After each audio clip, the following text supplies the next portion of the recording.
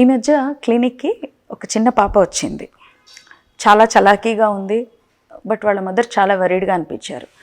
Scalp visibility ఎక్కువగా ఉంది, hair fall చాలా అవుతుంది, స్కాల్ప్ గుండులాగా బాగా బట్టతలలాగా మారిపోతున్నట్టుగా ఉందండి అని భయపడుతూ వచ్చారు.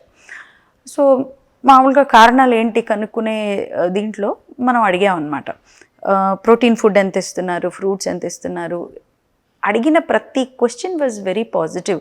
లైక్ పాపకి చక్కటి క్యాల్కులేటెడ్గా ప్రోటీన్ ఇస్తున్నారు, రోజు వైటమిన్ రిచ్ ఫ్రూట్స్ ఇస్తున్నారు, ఫ్రెష్ ఫ్రూట్స్, మంచి ఆహారం తింటుంది, అస్సలు ఫసీ కిడ్ కాదు, అసలు పికీ ఈటర్ కాదు, ఏది పెడితే అది తింటుంది, పాలు, నెయ్యి, గుడ్లు, అన్ని రకాల వస్తువులు తను ఫుడ్కి సంబంధించినవన్నీ తింటుంది. అయినా హెయిర్ ఫాల్ ఎందుకు అవుతుంది అనేది ఆవిడ సమస్య. నిద్ర అంటే బాగా నిద్రపోతుందండి అని అన్నారు. లాస్ట్లో ఏం చెప్పారంటే రాత్రి 1 గంట తర్వాత పడుకుంటుంది, పొద్దున 10-11 లేస్తుంది. సో ఇటువంటి చిన్న పాయింట్ కూడా చాలా ఇంపార్టెంట్. అందుకే కన్సల్టేషన్లో వీలైనంత ఇన్ఫర్మేషన్ మీరు డాక్టర్స్కి ఇవ్వాలన్నమాట. సో ఇందులో పెద్ద ఇన్ఫర్మేషన్ ఏముంది లేట్గా పడుకోవడంలో అనుకుంటారేమో. నిద్రలో మాత్రమే కొన్ని హార్మోన్స్, మనకి గ్రోత్ ఫ్యాక్టర్స్ రిలీజ్ చేయగల హార్మోన్స్, మన కుదుళ్లను జుట్టు పెంచేలాగా ప్రేరేపించే హార్మోన్స్ నిద్రలో చీకటిలో మాత్రమే మన బాడీ ఉత్పత్తి చేస్తూ ఉంటుంది. అందులో మెలటోనిన్ అనే ఒక హార్మోన్. అయితే ఈ చిన్న పాప రాత్రి ఎక్కువసేపు మెలుకుండేసరికి తనకి మంచి ఫుడ్, ప్రోటీన్ ఫుడ్, ఇట్లాంటి ఐటమ్స్ అన్నీ కూడా ఏవి ఇప్పటిదాకా మనం మాట్లాడుకున్న గుడ్లు, పాలు, శనగలు, గుగ్గిళ్ళు, స్ప్రౌట్స్, ఫ్రూట్స్ అన్నీ కూడా అమ్మాయి నిద్రపోయే వరకు పెడుతూ ఉన్నారు. ఆడి అలసిపోతుంది కదా మరి లేట్గా మెలుకుంటే. సో ఈవినింగ్ ఆడుకొని వచ్చిన దగ్గర నుంచి మొదలు దే ఆర్ ఫీడింగ్ హర్, పడుకునే వరకు కూడా తనకి తిని పెడతానే ఉన్నారు.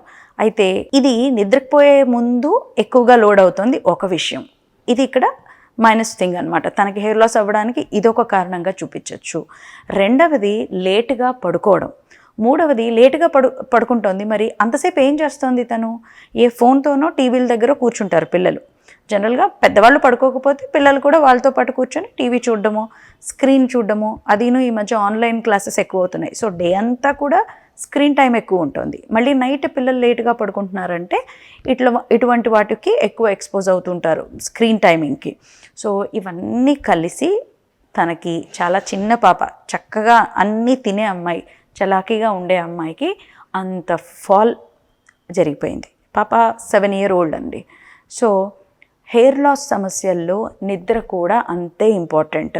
ఎంతసేపు మనం ఇటువంటి లైట్స్కి ఎక్స్పోజ్ అవుతున్నాము అనేది కూడా ఇంపార్టెంట్. చూసి జనరలీ ఈవినింగ్ మనకు సాయంకాలం చీకటి పడే వేళ నుంచి మన బాడీలో మెలటోనిన్ హార్మోన్ ఉత్పత్తి జరగడానికి స్టార్ట్ అవుతూ ఉంటుందన్నమాట ప్రిపరేషన్. కానీ మనమేమో లైట్లు వేసేస్తూ ఉంటాము, టీవీలు ఆన్ చేసేస్తూ ఉంటాం. ఈ టైంలో రావాల్సిన మెలటోనిన్ కాస్త బ్లాక్ అవుతుంది. ఈ బ్లాక్ అవ్వడం మూలాన స్టెమ్ సెల్కి సరిపడా ఫోటో యాక్టివిటీ అందదు, సరిపడా స్టిమ్యులేషన్ అందదు. ఈ మెలటోనిన్ హార్మోన్ ఉత్తేజపరచగలిగిన ఈ స్టెమ్ సెల్ కాస్త ఉత్తేజం కలగకపోగా అది స్ట్రింక్ అయిపోవడం స్టార్ట్ అవుతుంది. అంటే ఆల్మోస్ట్ ఈవినింగ్ 6:30 నుంచి పొద్దున 6:30 వరకు మన బాడీ ఆ చీకటిని వినియోగించుకోగలిగితే, ఆ టైంలో మనం నిద్రపోగలిగితే మన స్టెమ్ సెల్స్, రూట్స్లోని స్టెమ్ సెల్స్ చాలా యాక్టివ్గా ఉంటాయి. కానీ మనమేమో ఆ మెలటోనిన్ హార్మోన్ని బ్లాక్ చేస్తున్నాము, లేట్గా నిద్రపోతున్నాము. ఇంతేకాకుండా నిద్ర పట్టేదాకా ఏదో ఒకటి తింటూ ఉన్నాము. ఇదంతా కూడా లివర్కి ఎక్స్ట్రా లోడ్ని కలగజేస్తూ ఉంటుంది. రాత్రంతా డైజెషన్లోనే మన బాడీ గడిపితే ఇంకా డిటాక్స్ ఎప్పుడవుతూ ఉంటుంది మన బాడీ. సో ఇటువంటి కారణాల వల్ల కూడా హెయిర్ ఫాల్ ఊడుతూ ఉంటుందన్నమాట, హెయిర్ ఫాల్ ఎక్కువగా అవుతూ ఉంటుందన్నమాట. సో చిన్నపిల్లల్లో ముఖ్యంగా మనం స్ట్రెస్ అనేది వాళ్ళకి చూపించరు బయటికి. ఈ నిద్ర లేకపోవడం వల్ల స్ట్రెస్ హార్మోన్స్ కూడా చాలా పెరిగిపోయి హెయిర్ ఫాల్ అవుతూ ఉంటుంది. జనరల్గా పిల్లలు ఆడుతూ పాడుతూ గడిపేస్తారు, బాగా నిద్ర వస్తే తప్ప పడుకోరు, కనుక వాళ్ళల్లో కూడా స్ట్రెస్ ఉంది అనే విషయం మనం గ్రహించము. ఇటువంటి స్ట్రెస్ హార్మోన్స్ ఎక్కువైనప్పుడు చాలా సమస్యలు, బ్రెయిన్ ఫంక్షనింగ్ కెపాసిటీ తగ్గిపోతూ ఉంటుంది. నార్మల్గా జరగాల్సిన బయాలజికల్ ప్రాసెస్ డిలే అయిపోతూ ఉంటాయి. ఆడపిల్లల్లో అయితే ఇటువంటి అలవాట్లు ఎక్కువగా ఉంటే రాను రాను ఏజింగ్ ప్రాసెస్ అనేది వస్తే ఎర్లీగానో లేదా డిలేడ్గానో జరుగుతూ ఉంటుంది. సో ఇటువంటివన్నీ కూడా మనం ముందుగానే బేరీజు వేసుకొని పిల్లల అలవాట్లను, వాళ్ళకి ఎటువంటి లైఫ్ స్టైల్ని మనం అలవాటు చేస్తున్నాం అనే దాన్ని బాగా పట్టించుకొని మనం ఫస్ట్ మనల్ని వాళ్ళు అనుసరిస్తారు కనుక ముందు మీరు త్వరగా పడుకుంటే పిల్లలు త్వరగా పడుకుంటారు. So early dinner, early to bed, early rise ఇవన్నీ కూడా పిల్లలకి ప్రాక్టికల్గా చేసి చూపించాల్సింది మనమే. చిన్నపిల్లల్లో జుట్టు రాలడం ఏంటండి, జనరల్గా రివర్స్ అవుతుంది. వాళ్ళు తినే తిండి మంచి తిండి, వాళ్ళ హార్మోన్స్ చాలా మంచి హార్మోన్స్, కానీ ఇటువంటి హ్యాబిట్స్ వాళ్ళకి ఇప్పటి నుంచే పునాది వేస్తున్నాం. చాలా తొందరగా కొన్ని సంవత్సరాల్లో పిల్లల్లో, ఇప్పుడైతే మనకు ఒక 20 కాస్త బట్టతల స్టార్ట్ అవుతుంది, రాను రాను 15 ఏళ్ళకే బట్టతల అవ్వడానికి ఇటువంటి అలవాట్లే కారణం కావచ్చు. సో చూసుకొని వాళ్ళ హ్యాబిట్స్ని వాచ్ చేస్తూ వాళ్ళని గైడ్ చేయడంలో పేరెంట్స్ ముందు ఉండాలి. Hope you like this video. Thank you. నేను Celesty skin laser and hair clinic Jubilee Hills హైదరాబాద్లో ప్రాక్టీస్ చేస్తుంటాను.